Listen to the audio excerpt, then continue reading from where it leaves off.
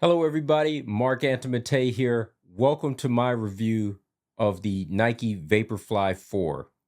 Firstly, I'd like to say I paid for these shoes with my own money, so there's no outside influence keeping me from giving you an impartial review. When these shoes were released on March 1st, 2025, I was queued up at Nike Ginza to be one of the first in the world to get my hands on them. Luckily, I could walk out of the store with my hands on them before they had imminently sold out.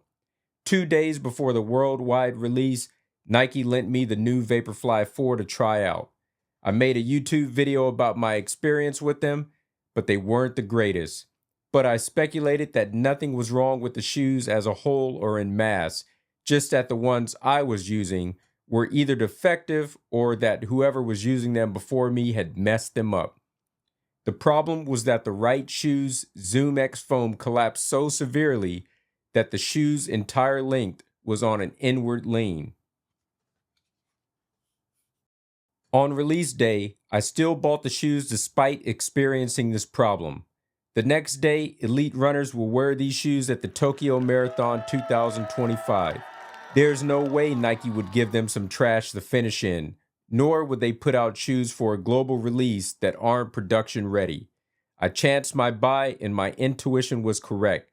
These shoes are fantastic. There's no problem here.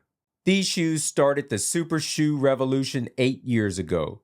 The Nike Vaporfly 4 is the most refined shoe in the Vaporfly series.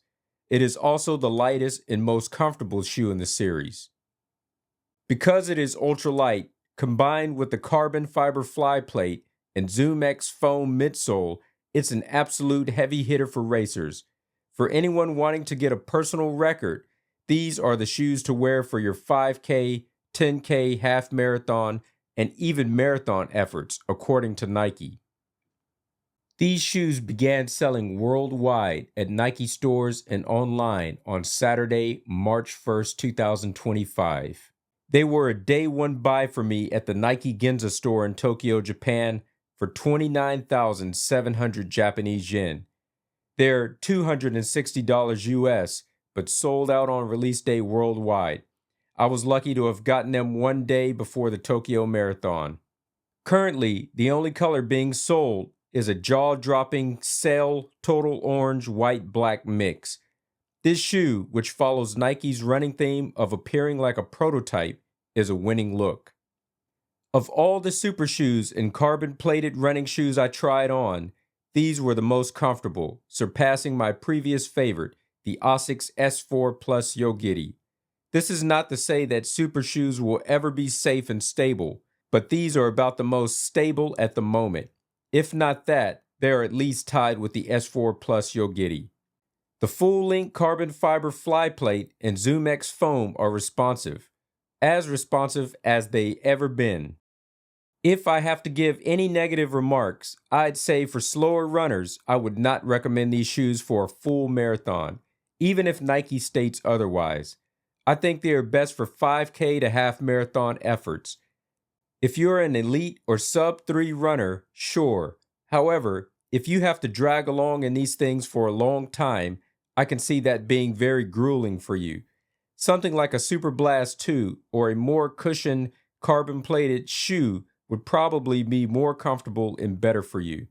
To say these shoes are now the best, again, would be an understatement. They are the fastest shoes I've ever run in, track spikes aside.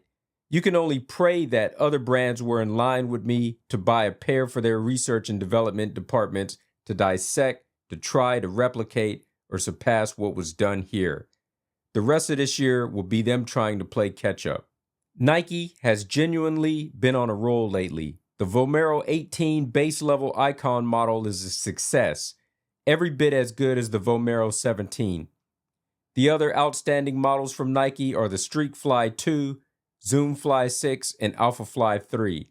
They're giving it their all to stay in the shoe game with all their usual competitors and newer running brands dipping into Nike's earnings over the past decade.